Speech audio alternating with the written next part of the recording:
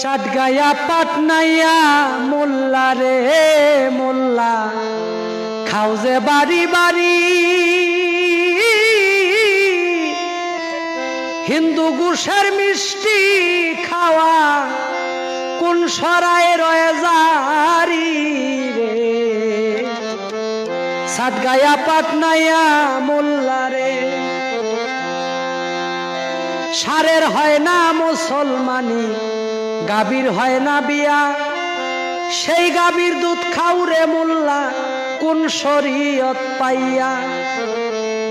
সারের হয় না মুসলমানি গাভীর হয় না বিয়া সেই গাভীর দুধ খাও রে মোল্লা কোন শরীয়ত পাইয়া রে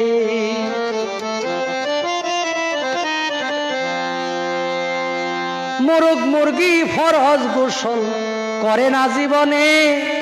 সেই মুরগির ডিম খাও রে তোমরা বলো কোন বিধানে